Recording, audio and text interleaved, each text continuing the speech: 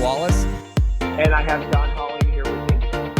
3 phases, dressage, cross-country, show jump. And you're out on course and something's going wrong or going right. You know how to react to what they're doing. It was built originally to be a schooling facility, and so everything's set up very conveniently.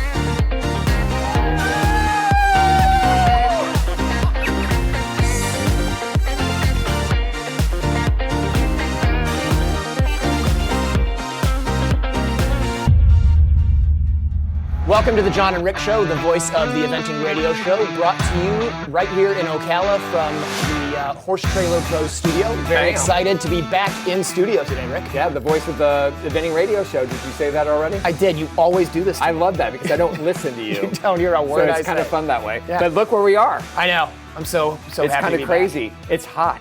It is hot. Do we have the air on? I'm sweating. Is the air on? The air is on. Check the air. So wait, we're back. We're lucky to be here. Everybody's doing well.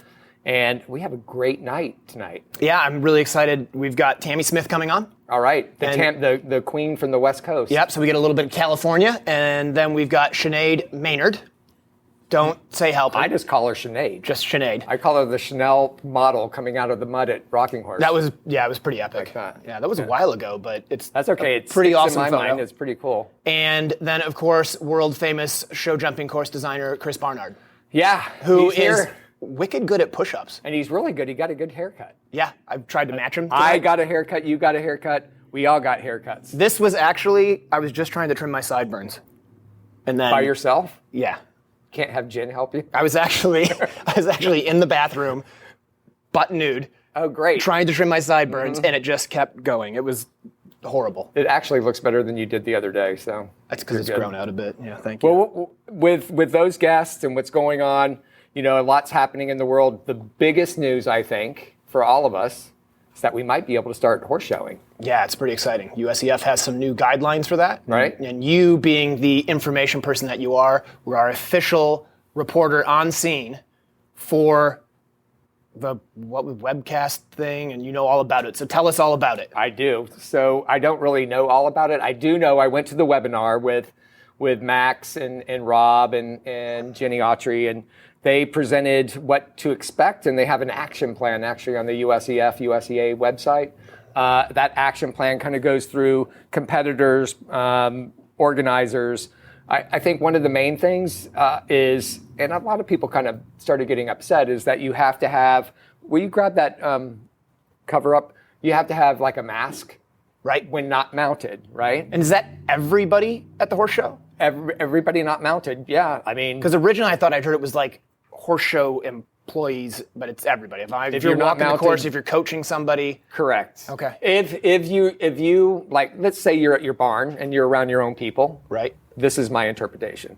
You don't need to be wearing your mask because you're already in your group, right? Right. But if you're going off of there into areas within 6 feet that you could be in contact with somebody that you haven't been normally with, you have to be like wearing your mask. So we went and got these, which are really cool, and you just pull them up, It's bang, bang. We need some official Jon and Rick Show ones. Well, I think we can do that, but see, they're fisherman things.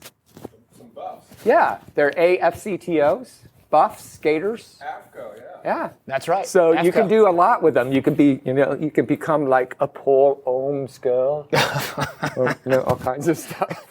All right.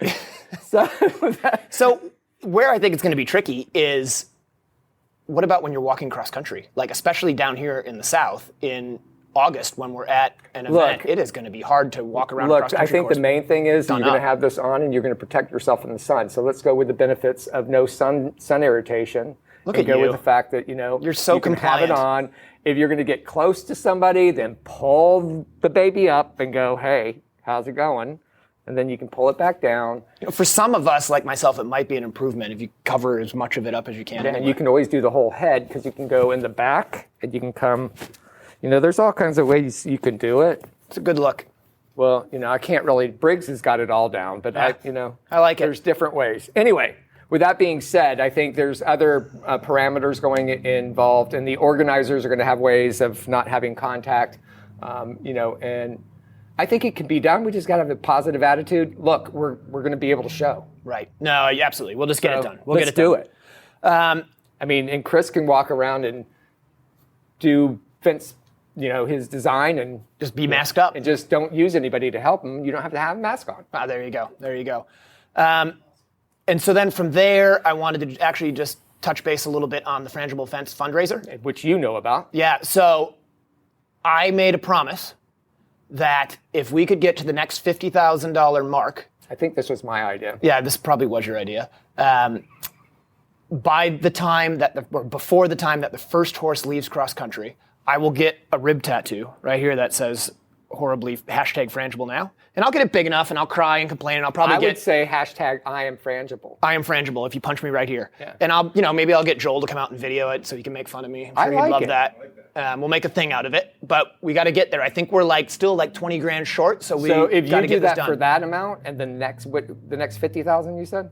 So it's going to be, we got to get to 250 and then we'll be at 300 because it's matching. At 300 you're going to get the tattoo. Well, no. Right now we're at 220 something. When we get to 250, I'll get the tattoo. When we get to 300, I'll get a tattoo. Well, that's going to happen immediately because when we get to 250, we get a matching grant to 300. So we'll get the tattoo together. We heard it here, everybody. Rick and I are getting tattoos. Yeah. Wait, I'll do 350.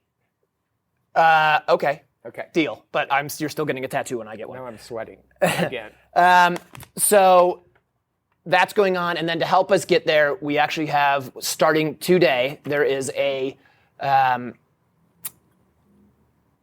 what am I searching for here? Silent auction going on, or an online auction. Okay, good. It was really silent there for a second. That was super silent. That was the auction. It happened. So there's an auction going on today online. It starts, and I think it's on for a week or so. Okay. Anyway, we'll have it on the Jon and Rick Show Facebook page, and it's some really good stuff. Right. There's Doses of Summit, who's one of our big sponsors. And Summit works, by the way, everybody. I've been using it on my one-eyed wonder now, Cody. Right. And he's been so it's been working well for you. Yeah, he even helps him see. Yeah, perfect. And so I've got, Jamie McAllister actually put this all together, and so she's got Doses of Summit. There's training sessions or training. I actually have a week of training at my farm. There's lessons from different professionals throughout the country. Wow. I'm pretty sure CrossFit Antics is going to do a 3-month membership. That's amazing. So the week at your farm, did we get to access the pool and the yeah, it's all inclusive, and alcohol. I'll give haircuts too. Oh, cool. Yeah, I'm going to sign up for that. So there you go. So there's that. And then one other thing that I did that was pretty fun is the other day I went in and I donated blood. Yeah, I was on the phone with you. Yeah, you were. And you said, you should video that. So. My idea. Yeah. Rick is the brains behind the operation. I'm not sure what I am, but I'm here. I'm present. That's not true. You're right. Sometimes I'm not even here. So I went out there. I shot a little video of my experience, and I thought we'd probably play it for you guys. Oh my gosh, let's watch it because I'm really proud of you, and everybody out there should give blood if you can. Yeah. And go and give because we need it no matter what. And let's watch this because you were brave, you did a good job, and you got something, and they get to see it. Yeah, and I didn't even cry on film. Kind of. Hey guys, so I am here at Life South Community Blood Centers getting ready to donate blood. I know with the COVID thing going on and all the quarantine that we're definitely low, at least here in Florida. So I've been trying to come every 2 weeks, and I would encourage you guys to do it as well. It's kind of a nice thing to do, even taking away the having to donate thing. I get away to spend a couple hours because I do platelets and plasma, so that usually takes an hour and a half. Doesn't hurt, and I get to watch some TV. They got little TV monitors there, and they give you snacks and the whole deal, so I kind of look forward to it as a little bit of a break in my day, and I would encourage all of you to do the same. So I'm going to hop in there. I'll try to sneak a little video, and then I'll talk to you in a few minutes.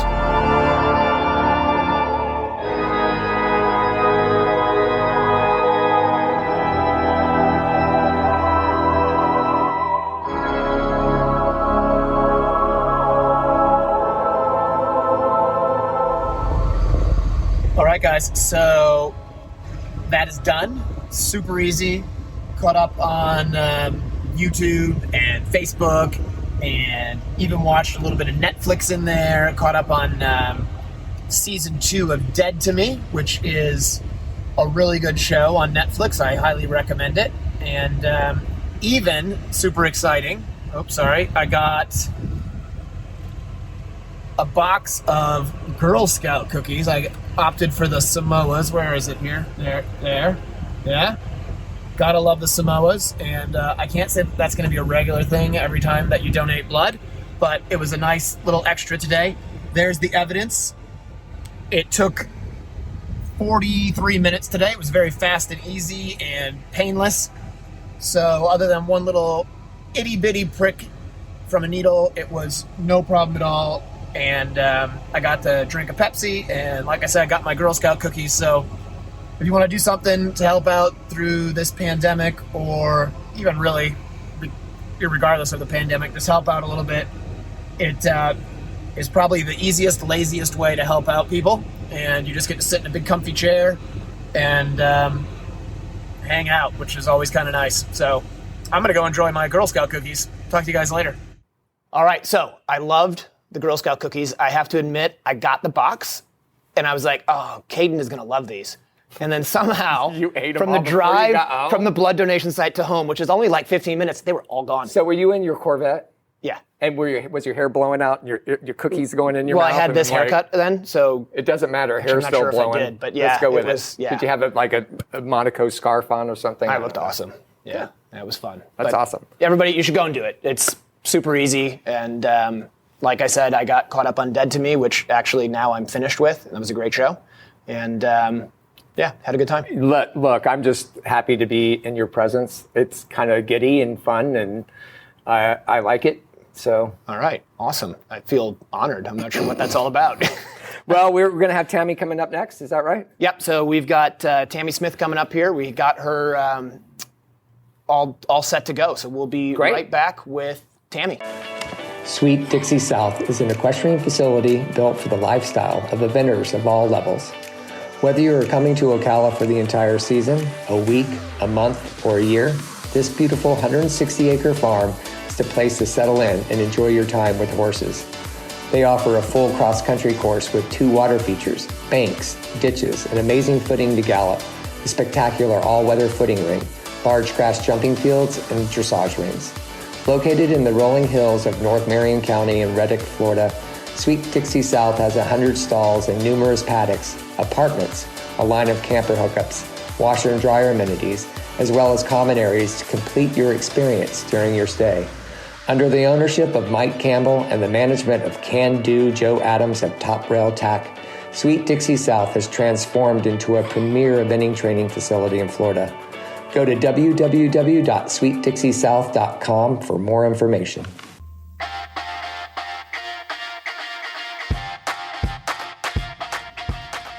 Jump for Joy USA has what you need for your private farm or recognized competition. Our jumps are no maintenance, easy to move, and affordable. No scraping or painting necessary. We offer jump stands, wings, fillers, water trays, and more. Poles are wood-filled and available in 4 weights and lengths. And we now offer octagonal poles. Our cross-country portables and brush jumps are extremely useful and have been used for training by the British eventing team since 1990. Easy to move from the arena to the field and no tractor required, so you can change your setup often. We ship coast to coast in the USA and Canada. Visit our website, jumpforjoyusa.com.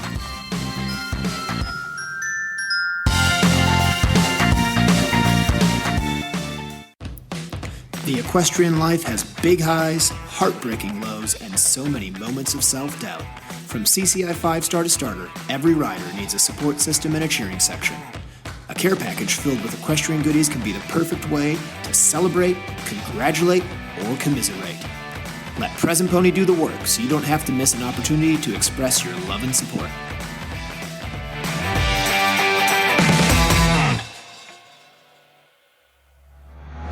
All right, welcome back to the Jon and Rick Show, the voice of the eventing radio show, brought to you by Horse Trailer Pros. And we are very excited because we are joined by Tamie Smith, our good friend and general superstar in eventing. So Tamie was a member of the Pan American Games gold medal team last year. She also won the 2015 Fair Hill CCI 4-star long. And has just been a mainstay on the eventing circuit, not just on the East Coast, but worldwide. Has competed at events like Kentucky numerous times and I know you've been to Buccleuch and a lot of other cool places over in England. So, Tamie, thanks for joining us. Yeah, Tamie, thanks for being with us. Thanks for having me. So, Jon, lead us off. Let's talk some more. What kind of questions do we need to ask this really cool girl from the West Coast?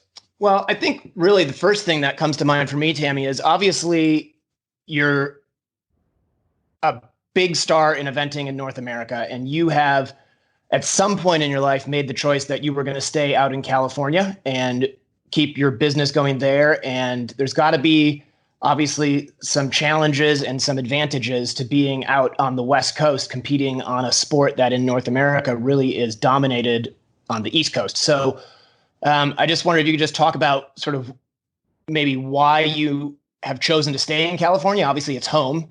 And then maybe what some of those challenges are with that you have to deal with. It was never really a choice, actually. I never even considered moving away from the West Coast. Yeah, it's always been home. I lived here. I've been kind of where I grew up and was raised, and my family all moved away. Maybe a bad sign, but sort of like that cat. Anyway, kind of like that cat. Anyway, I obviously my career is very different than a lot of people's. Like I went to college and had like a corporate job and worked and did that until I was 27. When then I had my son, and then I stayed home and decided, with the encouragement of my husband, to become a professional rider, which was never expecting or wanting to be a professional rider. So him and I had already established a family, and Dave had a long standing, really great career as a police officer in his work. And so there was never any even thought process of moving east. And so, but then also as I kind of, I was going up the links and, traveling and doing all that stuff, I felt like I was kind of the voice a little bit like Amy Tryon was for the West Coast, and that we can do it from here. And so I can't even imagine ever living anywhere else. I have lived all throughout the country, and it does have a little bit of its challenges, but not like what I think a lot of people think. So I think I'm in the best place, actually. Right. And so with that, obviously you have to make some big plans. Like when you want to compete at Kentucky, I guess maybe Kentucky, you guys have a pretty good run up to it, but I know when you have to compete, like at Fair Hill, it seems like you have to come out and sort of make a trip out of it, hit a couple events, and then get to the big event, get to Fair Hill, or get to, I guess, Maryland now we should call it. And so logistically, that's got to take a lot of effort on your part and on your team's part.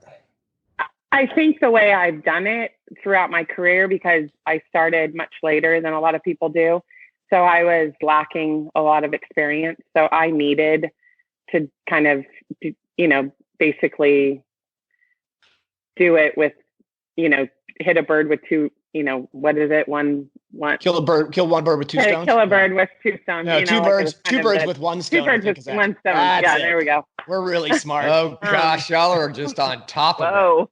Why I Those eggs worked well for both of you. Yes. It's early. I'm not an early person. So even though 8 o'clock is like normal, I do not like waking up in the morning. But you don't have to do that. I think that it's important to do that when you lack experience. But now, like, I went straight to Kentucky and competed.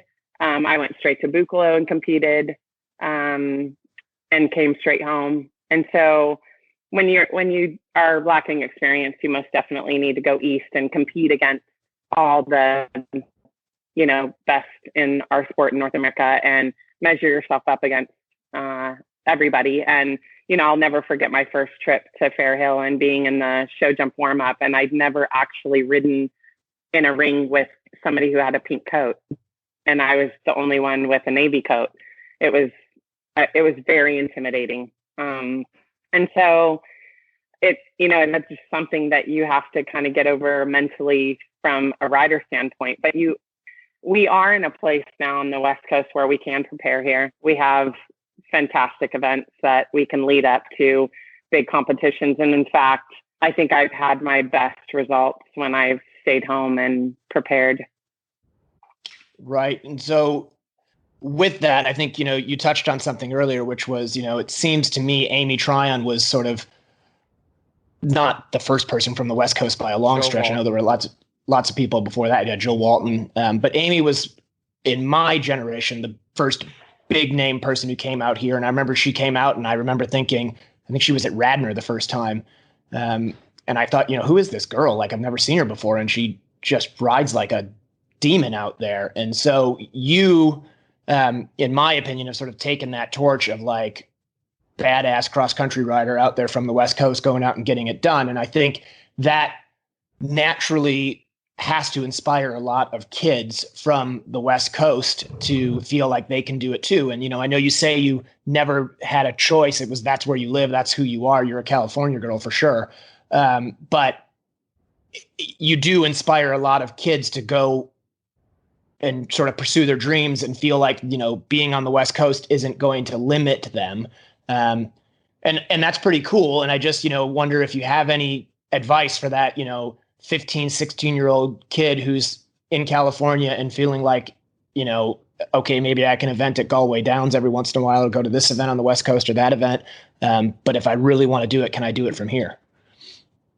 Yeah, I mean, I'm living proof that I've been doing it from here. So I've never had the luxury of being able to leave because I had a family. So where a lot of people, I might have chosen that differently. I might have said, had I not been married and had kids, I might have said, yeah, I need to go east. In fact, a lot of my mentors had encouraged me to do so.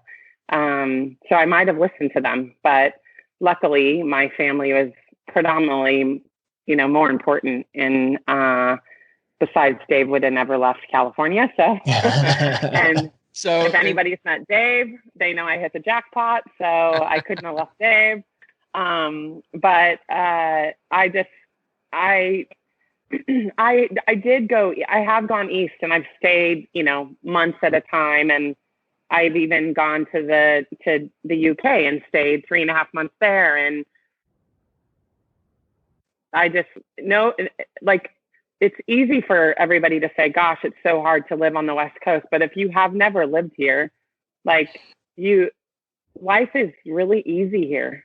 Yeah, I came out a few years ago to compete a horse at Galway in November, and I mean, it actually was a very nice event. Like, by itself, it was a fun event. I loaned you my air vest. Yeah, that's right. You saved me because my horse reared over on me. He forgets those all the time, Tamie. Yeah, my horse, Rick, as I was going down to the start box, flipped over on me. What? Yeah, flipped over on me, blew my air vest up, fell on top of me. I got picked up by Richard Picken, David O'Connor, and Leslie Law. And I was like, oh my gosh, I don't know what I'm gonna do. I'm next out of the box. And thank God Tamie is an awesome person because she ran down to me with her air vest, gave it to me, said, good luck, don't fall in my vest. Was that Z? That was a horse called Kildalton Cooley, who was a great horse, but really tricky, and getting across the racetrack blew his mind. Thank God for Tamie loaning you that. And to your point, Jon, I think we can point to somebody in the category that you were talking about. I think Mia Farley left California when she was 16, and she took the route of working with the O'Connors. And she's still over on the East Coast at this point. So, Tamie, I heard her story, and she was older and had family, and, sometimes the younger kids, sometimes if they can find the right match, can head over. But now that they have all these great West Coast riders, they don't need to leave. Yeah, exactly. I think let's get into that a little bit more, Tamie. We're just going to take a quick break, and then we'll be back. I want to talk about that, and then I want to talk about Fair Hill and the Pan Ams. Be right back. Special thanks to our contributing sponsor, Black Horse Farm, Fox Hunting and Eventing. Located in Area 4, Black Horse Farm and the Mossback Hounds in Elizabeth, Illinois, welcome active USEA eventers to come join them for an introductory fox hunt free of charge. Ride with Master of the Hounds, Tony Leahy, and the Mossback Hounds over some of the finest hunt territory in the entire country. For further details, visit Black Horse Farm on Facebook to arrange for a ride sponsor.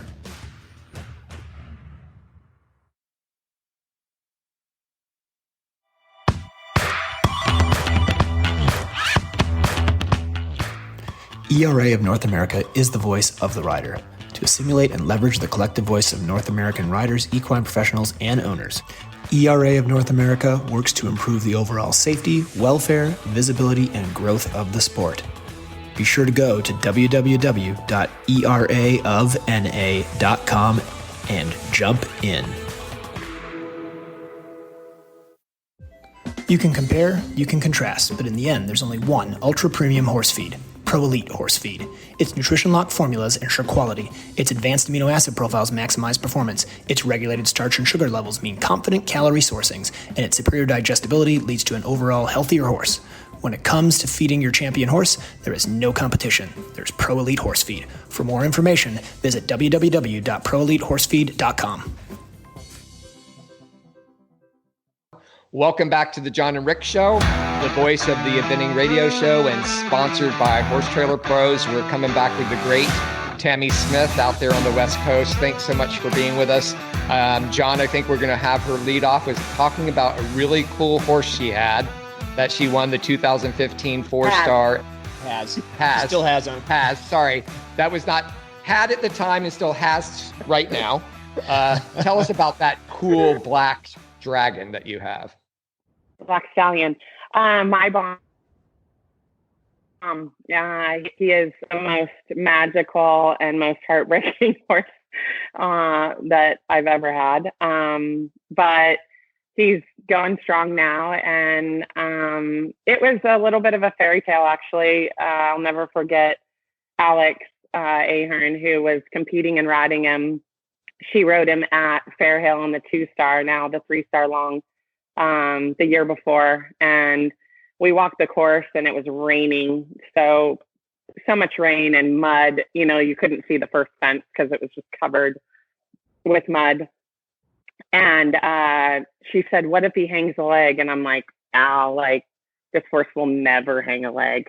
He will never hang a leg." But out of all the horses in the world, this is that will never hang a leg. And he hung a leg at the last water.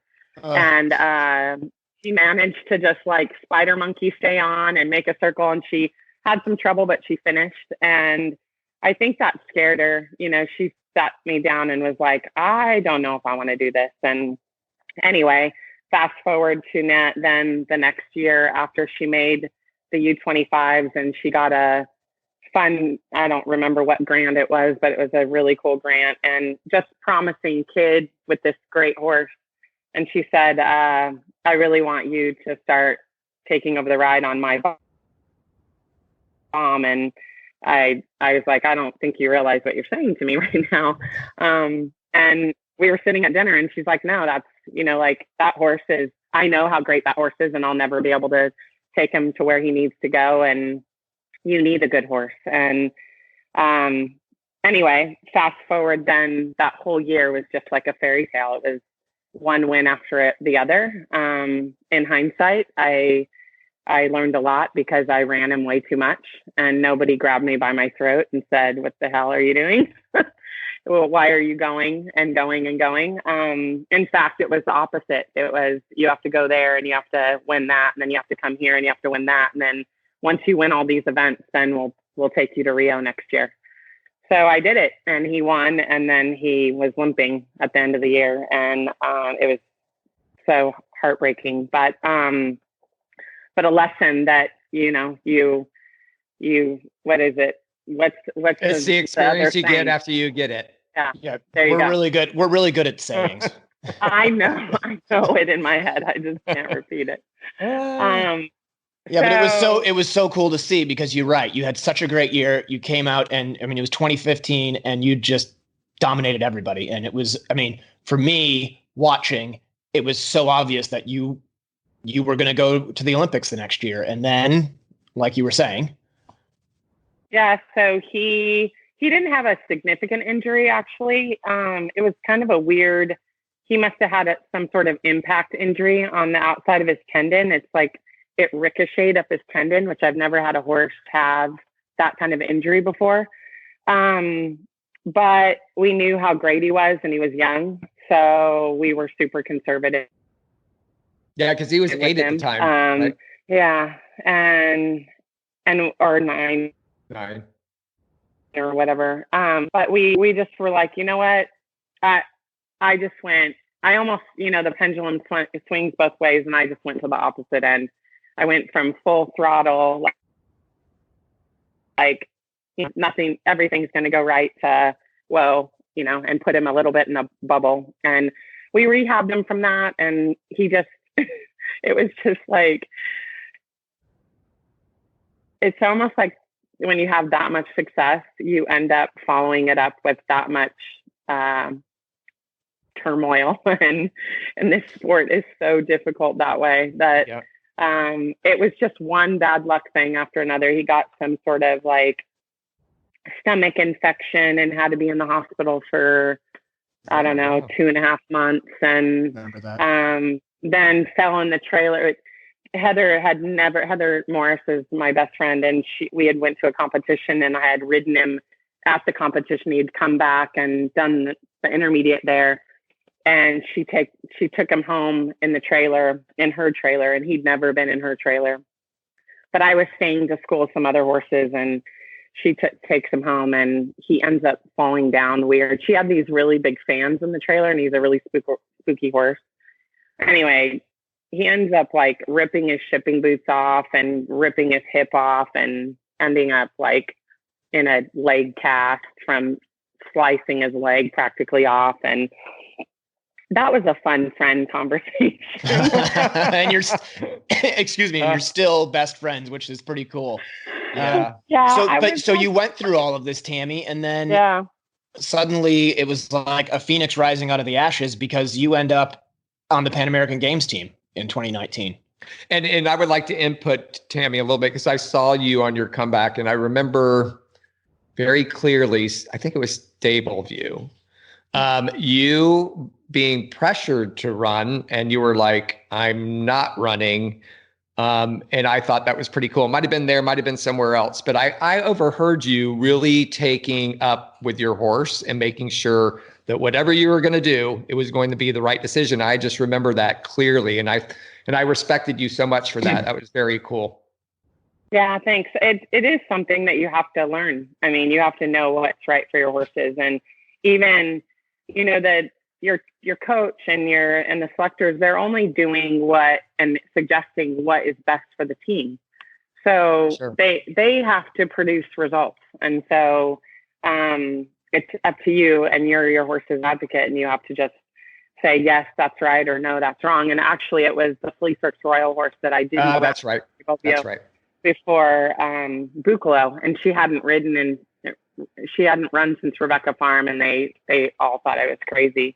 But I know that mare so well. I've had her since she was 3, and I know that she runs best when she doesn't run. And I actually ran my bomb, and I'm the poster child for the flag. That's right. Yeah, that's right. But you got it. If you're gonna, you got it. That was good. Somehow. So Tamie, so you get selected for the Pan American Games.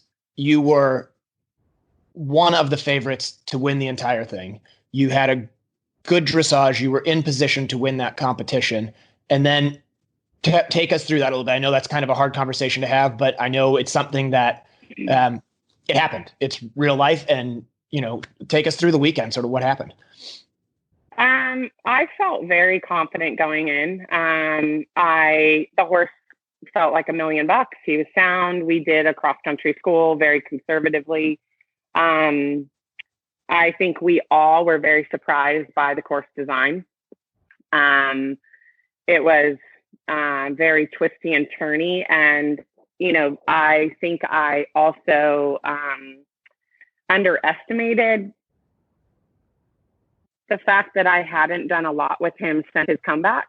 And so he was a bit green there. And Jon, actually, you and I were like shortlisted in 2011 for the Pan Ams, and I was an alternate, and you were named to the team. And I just saw, I mean, I remember being at Morven and you guys all trying on your team coats and getting fitted and getting to take them home. And and then they said, Tamie, you're going to Buccolo.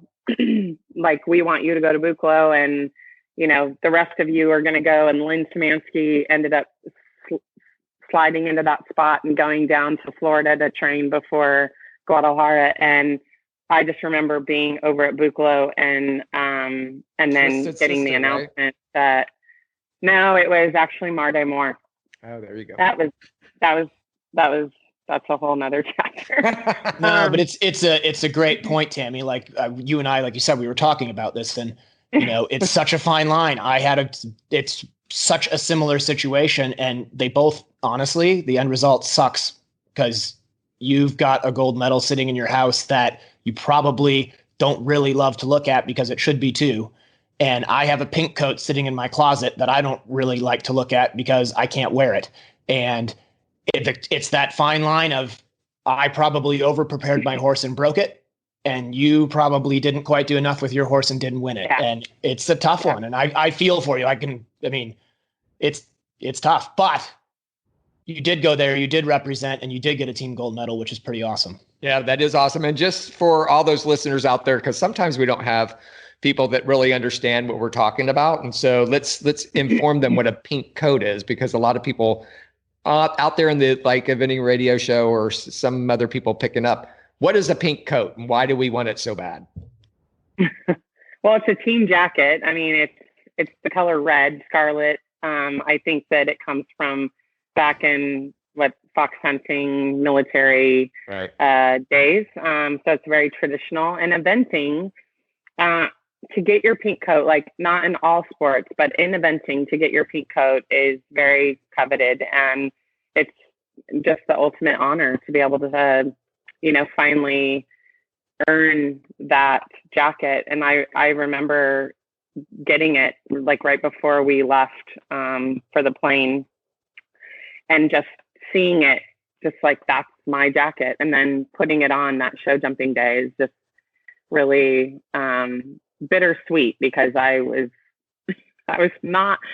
putting on a fake smile the rest of the weekend. I thought you were, but that's part of being on a so team. Tough. Yeah. Yeah. I mean, that's part of being on a team, is you had to put on that fake smile and go out there and jump the clear round because your team might have needed it and get it done. And you did. And I mean, kudos to you. And, I think for me, you're an inspiration in perseverance. I've seen you get knocked down and, not to be lame with that, get knocked down, get up again, but you do. Every time you get back up and you don't let anybody ever see you cry, and you knock off the dust, and then usually you punch somebody in the face, because that's what you do. And so we're running out of time. Have you ever seen me punch somebody in the face? No, I think it's just, and before you try to wind down this segment, I got to do this, because we're soon going to have to be wearing these at horse shows when not mounted. So just be prepared. Yeah, exactly. But Tamie, so what are your plans for this? I know obviously right now nobody has plans, but what are your plans sort of for the end of this season and leading into next year with your horses? What do you want to do? We'll just touch on that briefly. Gosh, they're going so well. It's so frustrating. Right now, we're full steam ahead until I think June 1st. We'll find out what's happening on the West Coast with competitions, because California is very closed.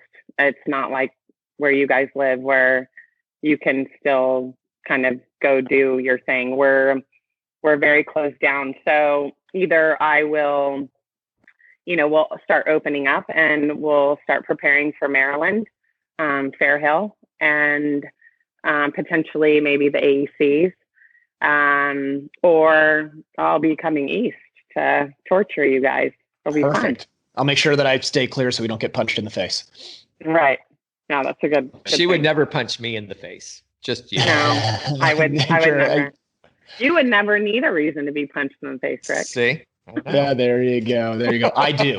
Well, listen, Tamie Smith, thanks for joining us. I really appreciate you getting up early. I know it's pretty early on the West Coast, so it looks like you're getting ready to go out and ride. I think I saw you had some britches on there. So have a great day. Enjoy your horses, and thanks so much for coming on the show.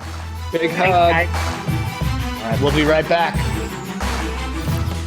The equestrian life has big highs, heartbreaking lows, and so many moments of self-doubt.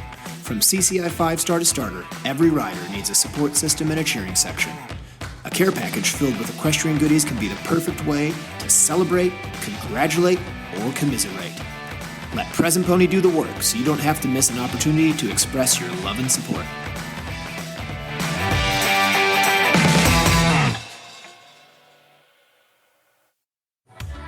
Summit Joint Performance, the injectable joint supplement used by numerous international and Olympic riders, invites you to experience the winning Summit difference. Made of all natural ingredients, Summit increases mobility and comfort. Win your class with Summit Joint Performance.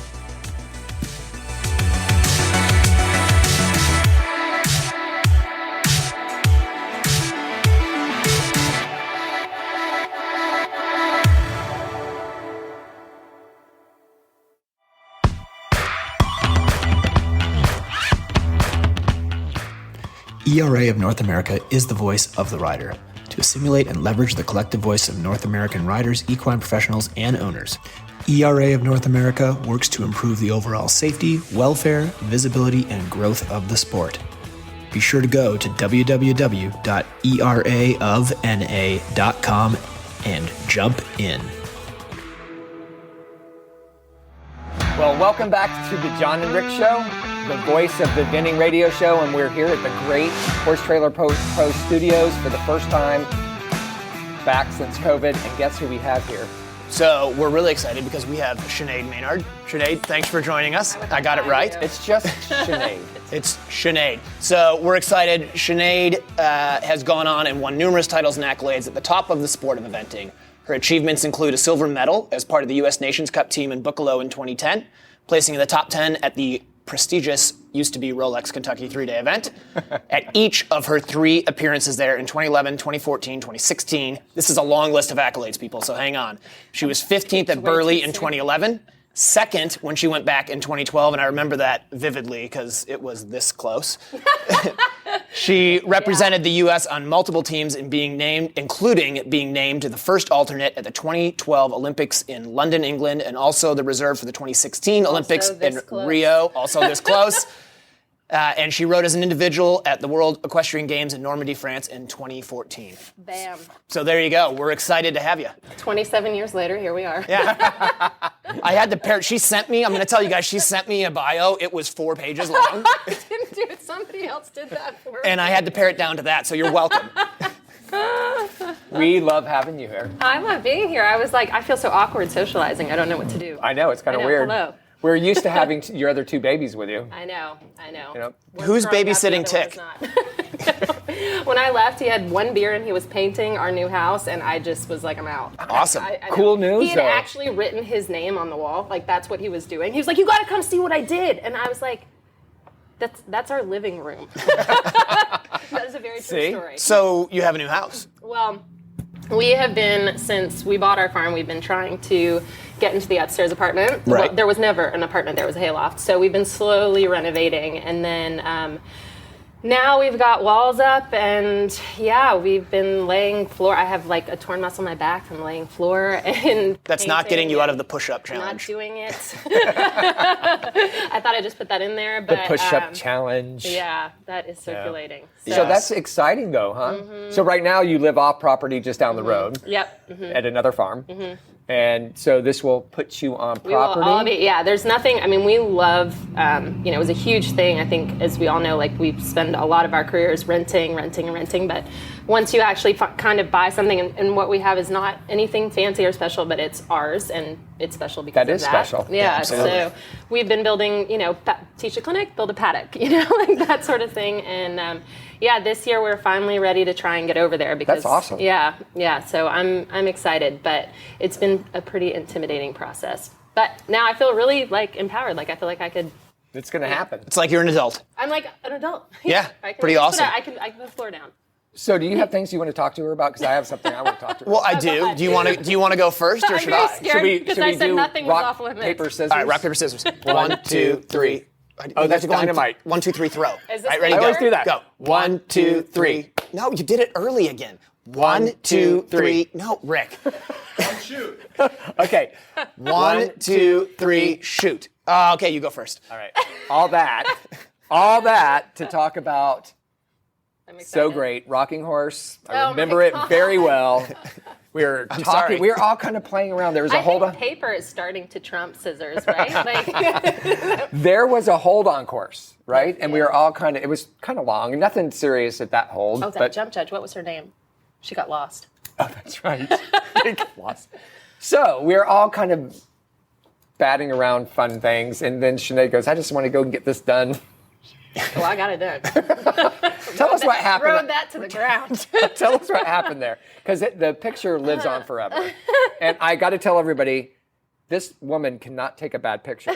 I know, it's amazing. Actually, you know what I've noticed about Sinead? What the hell's going on? The worse the situation, the better you look. she comes out.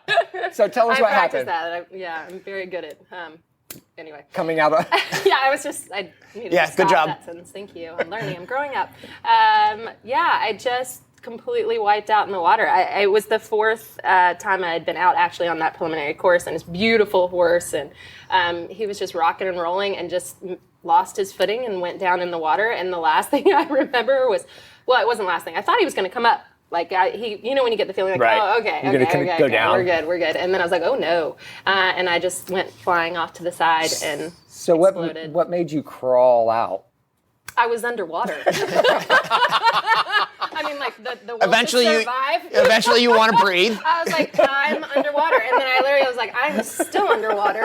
And so the first picture was me just gasping for air and checking to see if like my heart was there. and I love that because there have been multiple times that I've gone back to photographers to try and figure out what's gone wrong, and they stopped taking the pictures, and I was like, what is wrong with you? Keep shooting. Right. And but I say it more polite. And this photographer probably did don't. not stop. And so it was like an awesome, set That's of like pictures. bathroom wall material. Yeah, we It was have pretty the epic. Wall of Shame. So, with that, Now let's go to a good accolade. Moving on Well, from not there. That wasn't good because it was good pictures. I'm sorry about that. You can't be trusted. 2012. I did say that to the photographers. I said, you know what? Those pictures were worth the fall. Like, I'd do it again. I'm telling you. Do you have those posted up in your house? I don't yet, but I will. I have a whole like kind of album of pictures. Amazing. that So, will go. so you've got a really good string of horses. Good transition. You've got Cuddy, right? 8 on that. Cuddy transition. Sark? Cuddy Sark. Cuddy Sark. He has a great horse, and you have some nice ones coming up behind him. Obviously, we're all dealing with this COVID thing, and we don't know what's going on. But what if everything goes forward as we hope, and we start eventing here soon? So, what are your plans? What do you intend to do, especially with Cuddy? I'm gonna go event, man. Well, I'm really excited. I think it's been an interesting time, I think, for all of us, and it's been a good half halt, right? To sit down, reevaluate, and kind of say, what are my goals? What are my expectations for the season, for the year, for my life? Not to get too deep. We got like 8 minutes, but I think what I really decided was I wanted to make sure that the body of work that I'm producing is as good as it can be.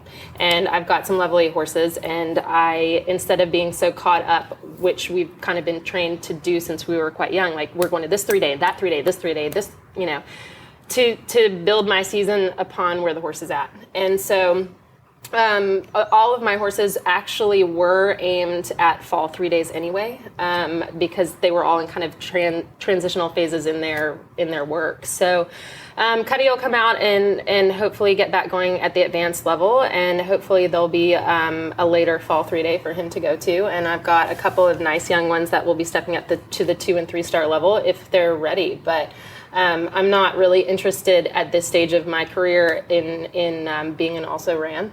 So I'd rather, and I'm just so fortunate. I've got just the best team of people around me, and owners and supporters. And I think we've all learned that as we've Definitely gotten through our career, that your team, your people need to be like-minded. And I think the people that are around me are in that same page. So if I were to say, look, we're not 3-daying this fall, like I need another bit of time to get this to a certain point, they'd be on board. So. Right, having that good team behind you is so important. Yeah.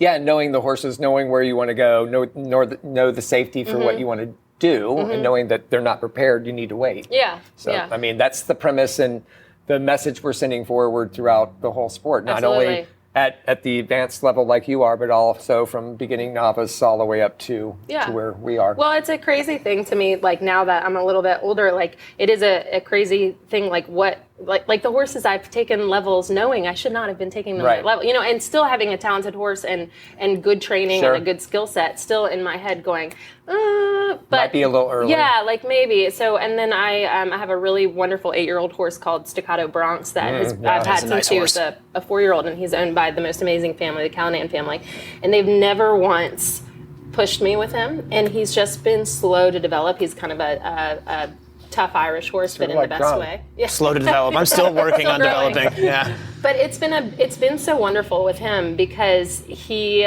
is probably, if you look at where he should be as a competition horse, he's probably a year and a half behind at the level he should be at. But as an 8-year-old now, I enjoy him so much, and he's going preliminary. Like he's done 2.5 seasons of preliminary, but I think he's going to be solid. Well, and at the end, when you're at the 5-star, I don't think anybody cares if the horse is 9 or 15. Yeah. You're at the 5-star. Yeah. And sure, if it's 9, maybe you get a couple more cracks at it, but not that yours is going to be 15. I didn't mean that. But you know what I mean? I'm going to move up to intermediate when he's 15. Perfect. Perfect. I think that's right. And good for you to just, again, it comes with maturity, right? Right. You start to learn over the years, like, this, I have to do right by the horses. Yeah. And not that you didn't know that before, but you figured that out even more. You just don't quite know. And I think that's come back again from a lot of the people that own these horses. And I said, look, I don't think this horse is ready to go, but if you need to sell or if you need to do this, I'm okay. I just want it not to be a stress for you, and I just want this horse to be great. And every single conversation. It sounds to me like, and we gotta go here pretty quick, but it sounds to me like perhaps Tick Maynard, your husband, has had some influence over the horsemanship side of it, being the great horseman that he is. It's got to be pretty cool. Yeah. It's a great team. Yeah. I'm pretty great lucky. having you. Great being here. Yeah, thanks so much for coming in. And Air 5. Air 5, hang out, and we've got Chris Barnard coming up, so you can hang out for that, and then we're all going to do push-ups at the end. Yeah. All right. Okay, I'm going to video that. All right, we'll be right back.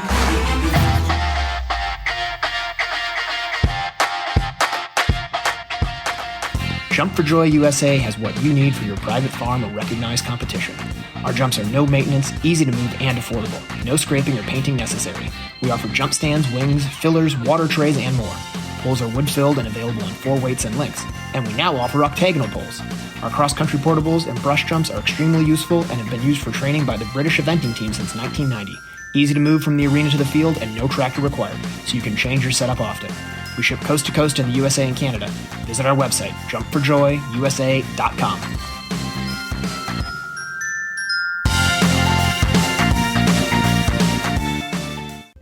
You can compare, you can contrast, but in the end, there's only one ultra-premium horse feed, Pro Elite Horse Feed. Its nutrition-locked formulas ensure quality. Its advanced amino acid profiles maximize performance. Its regulated starch and sugar levels mean confident calorie sourcings, and its superior digestibility leads to an overall healthier horse. When it comes to feeding your champion horse, there is no competition. There's Pro Elite Horse Feed. For more information, visit www.proelitehorsefeed.com. Sweet Dixie South is an equestrian facility built for the lifestyle of eventers of all levels. Whether you are coming to Ocala for the entire season, a week, a month, or a year, this beautiful 160-acre farm is the place to settle in and enjoy your time with horses. They offer a full cross-country course with 2 water features, banks, ditches, and amazing footing to gallop, a spectacular all-weather footing ring, large grass jumping fields, and dressage rings. Located in the rolling hills of North Marion County in Reddick, Florida, Sweet Dixie South has 100 stalls and numerous paddocks, apartments, a line of camper hookups, washer and dryer amenities, as well as common areas to complete your experience during your stay. Under the ownership of Mike Campbell and the management of Can-Do Joe Adams of Top Rail Tack, Sweet Dixie South has transformed into a premier eventing training facility in Florida. Go to www.sweetdixiesouth.com for more information. Welcome back to the Jon and Rick Show, the voice of the Inventing Radio Show, and we're at the studios of our presenting sponsor, Horse Trailers Pros, and we're here with the great Yeah, so we're excited. We've got Chris Barnard, Hello. great course designer. So Chris is a USEF large R show jumping course designer, and he designs for numerous, that's a big word, FEI events, including the event at Rebecca Farm, the CCI 4-star, the Fork CCI, Morven Park CCI, the Red Hills CCI, and we've got Great Meadow in there. Basically everywhere that there is a CCI 4-star in this country, Chris Barnard is there. Always. So he's been all over the world. Chris is actually originally from England and now lives here in Ocala, Florida, and we are super excited to have you on the show. Thank you for having me. With your wonderful wife. Girlfriend. Oh, But I she's shouldn't wiping correct up. it. Yeah, don't correct that. You know what? Yeah, Whatever you want to be, Justine. The interview's 5 seconds in, I got myself in trouble.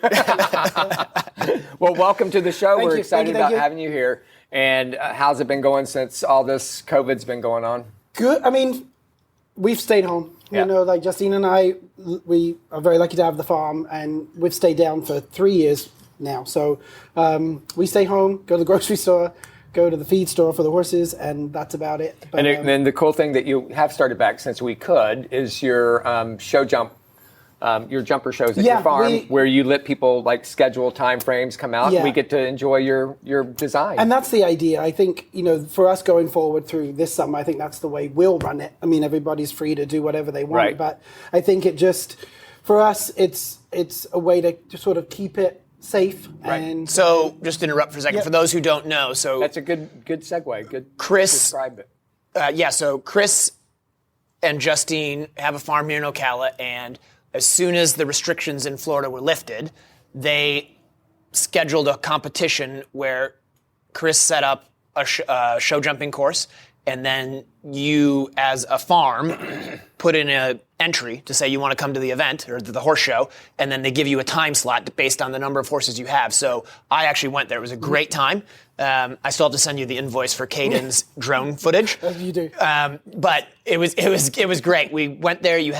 We had 6 horses. We had an hour and a half to jump them, and went in. Nobody else from any other farms are around. There's no contact with anybody, and you go in and you jump your horses, and then you get out of there before the next horse shows up. Yeah, and we had, I think we had, we did over 2 days, and we had, I think, 35 or 38 horses come, which is plenty. You know, for us, it's not the amount of horses that come; it's just having the facility and the course there for people that want to come out and do it in a safe way. And I think that's the way we'll do it through the summer, and then see what happens around and do that. Well, and it's like you said, 35 horses compared to what you had done is nothing. Right. But it keeps things moving, right? It keeps you a little bit of money coming in, and I think that's the secret for all of us is, look. Well, it makes us like enjoy getting out. Well, and So not we only appreciate enjoy being out, but like let's keep afloat until we're through this thing, and then we can get back to normal. And it's not about, none of us are going to be doing great financially anytime soon. But we got to do everything we can to sort of stick together. We actually lowered like the entry fees in the winter Absolutely. a little bit more expensive. So we just sort of did a basic, much cheaper fee just for that reason. People are going to be struggling a little bit, and it was our way to sort of give back to everybody that stays down. Yeah, if they want to come to school, it's there, and the footing's good, and the jumps are nice. And Did you go, Rick? I haven't gone yet. Right. So you have one next weekend. we just 31st. decided we're going to do one not this coming weekend, next weekend. And we've already got Liz Halliday's going to bring a bunch, and I know Leslie and Leslie are going to come. So yeah, it's worth it. It's worth doing. It was great. It was super helpful. How So I did you appreciate get you into doing show jump design?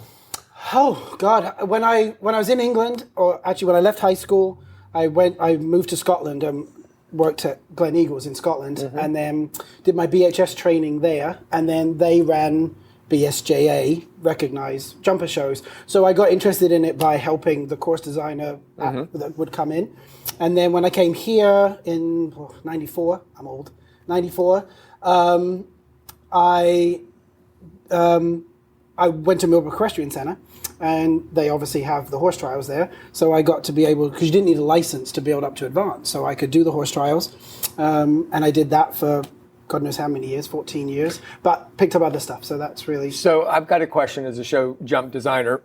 When you're coming in and setting up your course, obviously you want to make it challenging. What's kind of your philosophy in presenting a course to, let's just say, an advanced group of riders that are coming in for advanced course? Sure. And obviously you don't want 50 rounds of clear jump rounds, right? No, I do not. But you also don't want 50 rounds of not clear. Exactly. So what is your philosophy when you go in to try to test the level of what you've got to do at that level? Where is your points of interest where you say that's going to cause a problem? I think the biggest thing to me when I design any course, whether it's beginner, novice, or advanced, it's flow. The course should flow. Right. That's what I try and have. You know, if it's too twisty, turny, pulley, kicky, I don't like to watch it, and I don't think it's fair on the event horses especially. Right. But I think for the upper levels, it really depends on where I build. Obviously, just taking in all the factors, the footing, you know, the arena size, all that sort of stuff. So those are a couple of the factors that I do, and obviously the type of competition. If it's an advanced or if it's a 4-star, I can ramp it up a little bit. Right. And I you know, Joe Meyer said this one time, I'm known for my tight time allowed, but I can make the time allowed a factor if I want to, enough without being unfair. And I know that's a topic of discussion, but I do think it's not just jumping the jumps, it's going the right speed. And I kind of talk to people and I say, I like to educate, and I mean that in a good way. You know, my job, and Richard Jeffrey taught me this, my job is to set a course appropriate for the level. It's not my job to get a winner. It's my job to set the course that you guys are all going to jump and be fair at the level that you're going to do. If you ride well and your horses jump well, or you get lucky, you jump clean. If you make a mistake or you have a bit bad luck, you have a rail down. And I keep that philosophy in mind, you know, trying to do that. So I think one of the things that I'm always interested in and I try to promote on this show and everything I do is there's so many ways to make a living and make a life in horses. Sure. And you just mentioned Richard Jeffrey and how I know, you know, he's a mentor and somebody that you have learned a lot from. So if there's somebody out there who is interested in getting into course design, how did you, like, I know you came over and you worked at Millbrook, right? Yeah, sure. And you were a trainer there for a while. And then at some point you decided I'm going to do this course design thing. So, you know, just if you can briefly touch on how did you make that decision? And then if somebody does make that decision, how do you recommend they get into it? Like, I've course designed poorly at some local hunter shows in Wisconsin, and they had me once, which is never a good sign for a course designer. You're not coming back. I did not get invited back. So, but how do you recommend to somebody, like, if they want to get into it, how do they do it? It's tricky. There aren't that many show jumping course designers in eventing. If somebody wants to do it, obviously the best thing is apprentice.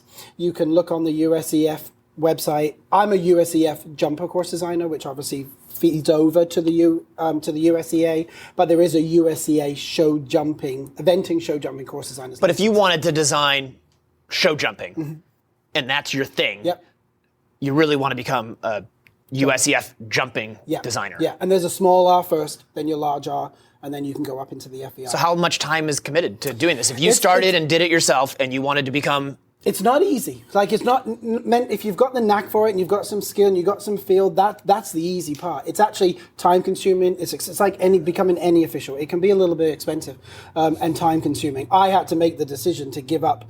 I gave up running a barn and doing the jumpers because I was getting more calls to do the course designing more full time. But really, you know, you have to apprentice at 3 shows, you know, 3 jumper shows with big time course designers. You have to take the jumper judges exam. You have to pass that. There's lots of little things that you can find out the way. I've always said to people, if anybody wants any help or wants to come apprentice or wants to come assist because they're interested in it, I'm always open. I know Mark Donovan is too, and obviously Richard's been a big help. But it would be great to find a way to obviously get more people interested in becoming a show jumping course designer, because they are few and far between, especially in the eventing world. So I just want to throw it out there that my favorite thing is I like fence 1 to be a triple bar. Okay. So I'm just going to throw that out there. Okay. Like, if ever I'm at an event and I'm in a good place and you're the course designer on Sunday, you could just, I'm just saying. It happens. It does happen. You know, that's a little bit more common, but how's the 8 strides going? I'm getting better. Everything Chris needs designs. all related distances, and he needs to be able to count. You can't count to 8. I can't. That many fingers. Well, because 8 is 1 more Then you can than do 7, seven. and it's 1 less than 9. See? And that's complicated. No, but that's fun. I mean, I've built up a good rapport relationship with a lot of the event riders, and I respect them, what they do, and I think they respect what I do, and it's good. I learn from them. I learn from listening to them, watching you guys. And I think that they're interested in my opinion too. Well, absolutely. I remember, and we're running out of time here, but I just, as an example of that, I remember last year at Jockey Club, I had a rail. And the first thing I did was get on my phone and say, Chris, what do you think happened? Why'd I have that down? And you said, yeah, you needed to rebalance, you idiot. Take a breath. Was it the skinny gate? It was, I think, the third or fourth fence on course, and I just came hammering through the turn a little bit too much, trying to stay forward, balance. And I needed a half halt. And it was great. Again, everything in life is about networking and knowing people and building relationships. And I always it's so like nice seeing that he's the course designer, because your courses are terrific. Yeah, they're great courses. They're always fun to compete over. They do flow. They are terrific. They don't. And you learn how to ride 8 strides. Exactly. And learn how to balance. Right. So, Chris, thanks for joining us. Thanks for being with us. Really appreciate it. And make sure you tell your girlfriend, Justine. We said hello. Yeah, and tell her to work on her push-ups, because it's about time she gets rolling on that some more. Justine, let's go. What's going on? I'm trying to help. I am trying to help. So, listen, Rick, we're going to be back in a couple weeks, and really exciting. We've got Karen O'Connor. We do. And beyond that, actually, we don't know. Actually, we have Rob Burke. Okay. And then Mike Winter. Yeah, there you go. So I think you were going to ask a couple other people, probably haven't gotten there yet. Right, exactly. So we're going to be back in a couple weeks' time with Karen O'Connor, Rob Burke, and Mike Winter. Sounds good. So thanks for joining us, everybody. Stay safe.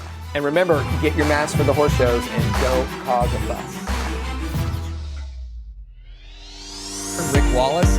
And I have John Holly here with me. 3 phases, dressage, cross-country, show jump. And you're out on course and something's going wrong or going right. You know how to react to what they're doing. It was built originally to be a schooling facility, and so everything's set up very conveniently.